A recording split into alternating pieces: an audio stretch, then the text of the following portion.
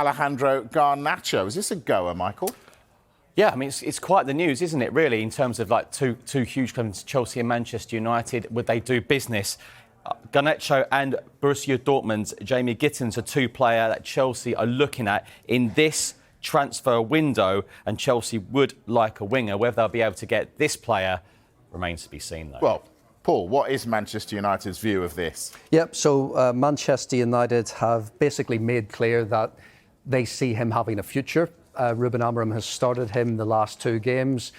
I think what they're keen to focus in on with Garnacho is that clearly there is a player of immense talent here. This is somebody who could go on and become, with some consistency and some improvements here or there, could make a real impact on this Manchester United team in the long term. So that's where they see him. They see him as their player long term.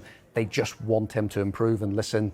And, you know, the signs are 2 starts in the last 2 games show that maybe he's responded well to the early demands from Amorim. But Paul, is this the same Manchester United who a couple of weeks ago said everyone's for sale? Everybody in their squad could be bought. Yeah, sometimes Man United. Sometimes that can be used as a motivational tool as well.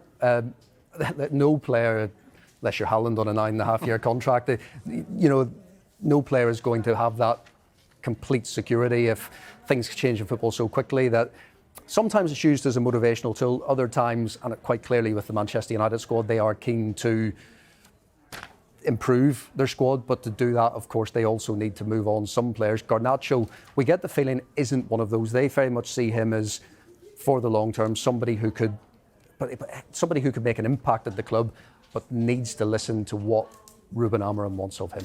Right, a name that's popped up in the last couple of days, Matthijs Tel.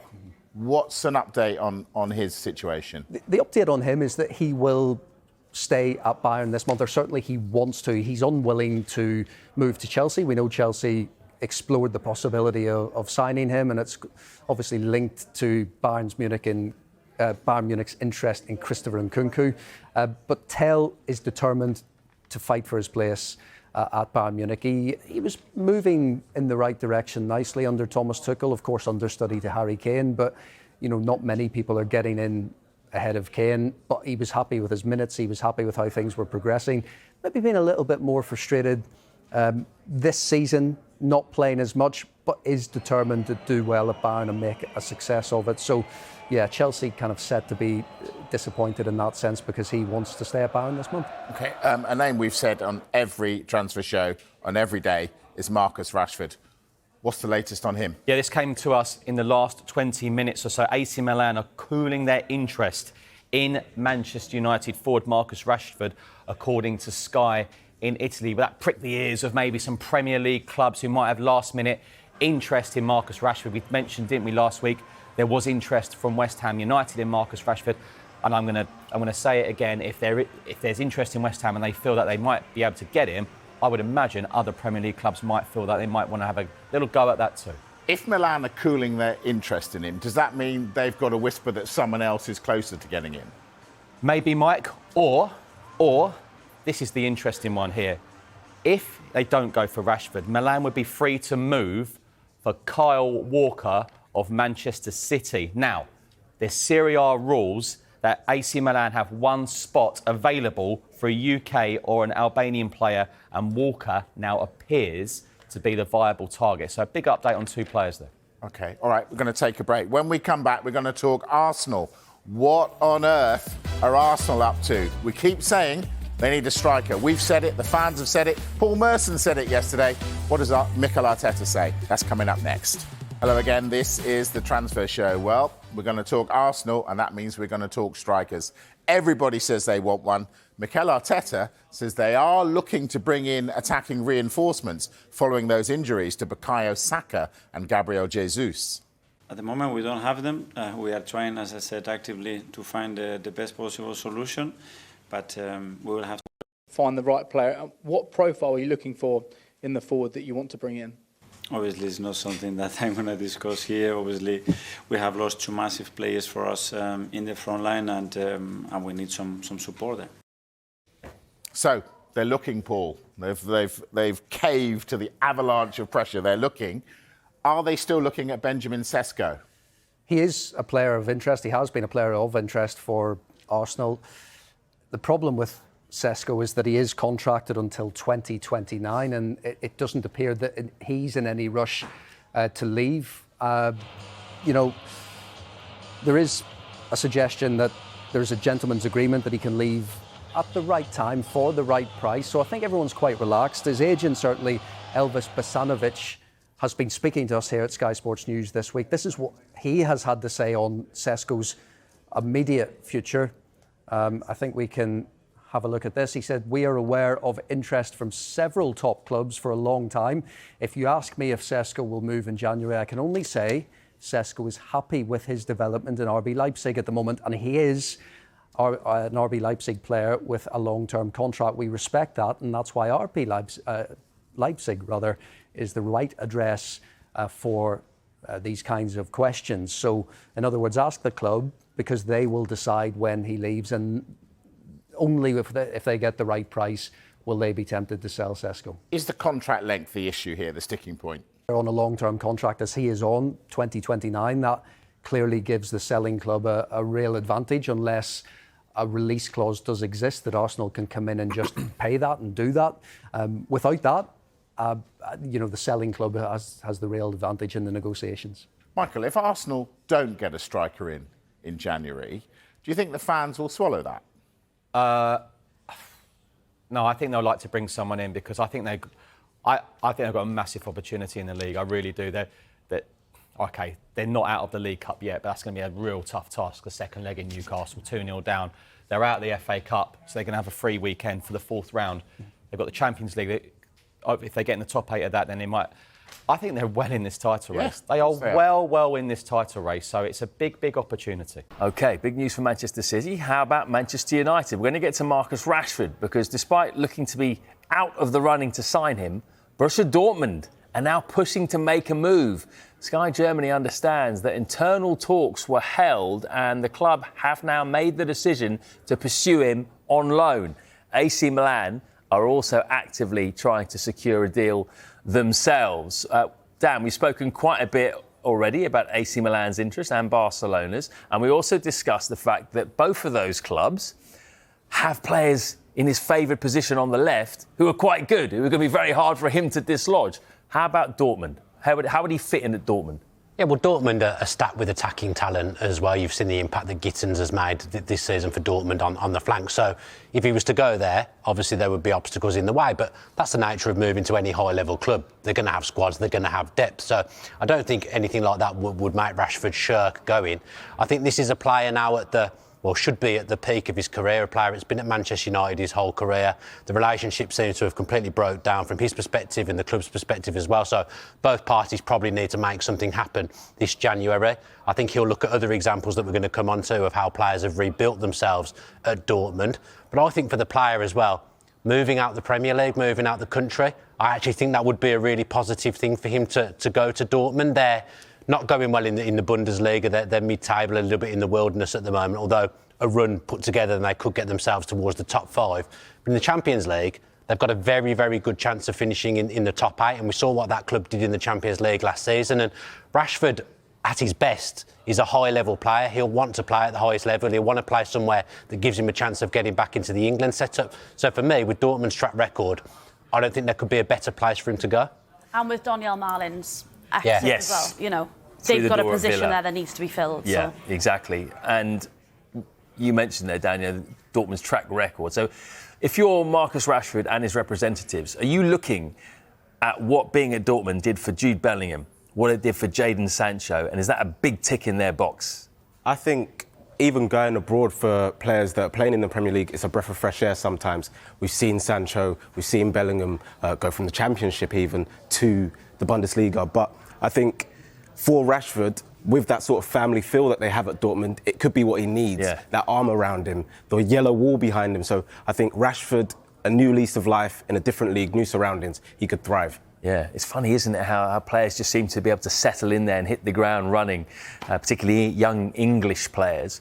From Man United's point of view, Kweku, are they only bothered about which club is going to pay the highest proportion of Marcus Rashford's wages? Or might they also be thinking, OK, well, maybe if he goes to Dortmund, he's got a better chance of success than, say, at Barcelona, and then his value will be higher in the summer when we think about selling him? There's a combination of factors when it comes to Marcus Rashford. The player's welfare is also a huge part of it as well. They want to make sure he goes to an environment where he can hit the ground running and not only increase his transfer value, but also find a place where he can be happy and play football again. He didn't feature for Manchester United yesterday in their win against Southampton. He's clearly out of Amorim's plans. But for Man United, if you're talking straight business, you have to look at your sellable assets. We've talked about Manchester United's aging squad in terms of those players who've got 6 months left on their contract. They haven't got any sell-on value. But if you look at a player like Marcus Rashford, if you have a good 6 months at a team like Dortmund or an AC Milan, then that could be a player that could bring in a lot of money for Manchester United, because we understand their constrictions when it comes to PSR, and they need to make sure that a player like Marcus Rashford leaves them, but for a suitable fee. Pure profit as well if he goes. Yeah. Which is a big thing nowadays. It is. We've been talking about it a lot, haven't we? He's in demand. Anyway, that is the thing. He is in demand, Marcus Rashford. How about Newcastle? Can they go 10 matches unbeaten? Eddie Howe's side host his former side, Bournemouth, tomorrow. Back to transfer talk. Let's get to Marcus Rashford. Despite looking to be out of the running to sign him, Borussia Dortmund are now pushing to make a move. Sky Germany understands that internal talks were held and the club have made the decision to pursue him on loan. AC Milan are also actively trying to secure a deal themselves. We've spoken, haven't we, Dan, about AC Milan and Barcelona in the last couple of weeks, about how stacked they are in Rashford's favoured position on the left and up front, to be fair, as well. How about Borussia Dortmund? Is this an easier 11 to break into for him? Possibly squad depth-wise, yes, but in his preferred position, and I get that every club has to have a squad and have players to choose from. Jamie Gittins is playing there at the moment and playing very well. Whilst we've been on air, interestingly, the Athletic are reporting that Bayern Munich hold an interest in Gittins, yet another player maybe that will make the move from Dortmund to Bayern Munich. We've seen that many times before. For Rashford and Manchester United, I think they both need to distance themselves from each other. I think it's clear that Rashford needs a fresh environment. Me personally, I think at the peak of his career, which is where he's at now, I think being away from England and being away from the Premier League would be a really positive thing for him. And we've seen other players go to Dortmund and flourish. Dortmund are going really well in the Champions League, got a really good chance of qualifying automatically for the knockouts. Not going so well in the Bundesliga. So from I spoke to Kevin Hatchard earlier actually, he kind of said that Dortmund just needs something right now, a good news story, and he feels that Marcus Rashford could be that good news story. But there's still, even going there, still barriers to getting in the team. So it's an interesting one over the next few weeks. But I do really hope that Rashford moves somewhere, because I want to go and see him flourish somewhere. Well, he may well do. And there's a lot of interest in him, Molly. We've had AC Milan, Juve initially. There was a bit of interest. Possibly Barcelona and Dortmund have now revived their interest. These are big clubs. Are we surprised that so many big clubs are in for him, or not really? I'm not surprised at all, to be honest. Yes, OK, form hasn't been Marcus Rashford's strong point over the last maybe 2 years or so, but there's no doubt he's a 27-year-old man. There's still plenty of his career left. Obviously, he's got a bit of a brand that's coming with him as well that I'm sure Dortmund would quite fancy. But aside from that, from a footballing perspective purely, his speed, his skill and his goal-scoring ability is still going to be very much there, isn't it? It's still within the player, and I appreciate he's dropped off the radar, but I think that player is still very much in there. A lot of people talk about that 22-23 season and how many goals he scored then, 17 goals in 35 Premier League appearances. That was only 2 seasons ago. There's still time, and as we always talk about with players and clubs, it is so important that he feels the love. If he gets that arm around him at Dortmund, like we've seen with Jadon Sancho, and how that's made him into such, much more confident player within himself, he's flourishing at Dortmund, and I think that clearly players talk. Yeah, that could be massive for him. Really good point, that, isn't it? Is that something that gives Dortmund the edge, maybe, on some of the other competitors? He can look at the examples of Bellingham, Sancho, players who've gone there, English players, and they've flourished immediately. They've got a great record of nurturing English talent there. They have. They've got an incredible record when it comes to young English players. But then you look at the other contender in this, AC Milan, and you look at young British players who are over there doing quite well. You think about Fikayo Tomori, you think about Ruben Loftus-Cheek, who's not that young anymore. You think about Tammy Abraham, who's there on loan. So he's got options, Marcus Rashford, as he should. He's a player that has delivered previously, like you touched on, Molly. 22-23 seasons only 2 years ago, and he led Manchester United to a third-place finish in the Premier League. They won the League Cup. They got to the final of the FA Cup. It was a very good season for him, playing in a multitude of positions, not just on the left, but also down the middle, which will be very attractive to clubs who are pursuing him. The fact that he is multifaceted. Obviously, he's got his preferred position on the left, but he's a player that still has so much to offer. It's just not at Manchester United, and he's made that clear. The club have made that clear with their actions. He wasn't in the matchday squad for the game against Southampton yesterday. So a new start, a fresh start at a club like Borussia Dortmund could definitely reignite his career. All right, let's move on to West Ham then, because they're focused on signing a new striker in this window. The list grows, actually, of potential targets. Evan Ferguson, John Duran, Rodrigo Muniz, Tayo Awoniyi at Nottingham Forest, Nice's Evan Gesson and RB Leipzig's Andre Silva are all on their target list. Kwaku, Bowen is back in training, but Füllkrug is a fairly long-term absentee.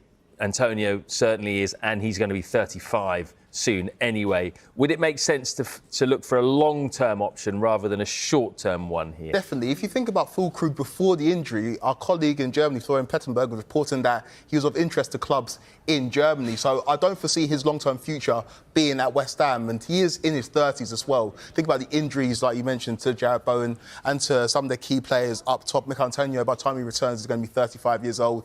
It's imperative for West Ham to look for a long-term option. They found it difficult to find that striker, that person who could put the ball in the back of the net regularly, but this should be their priority in this window for sure.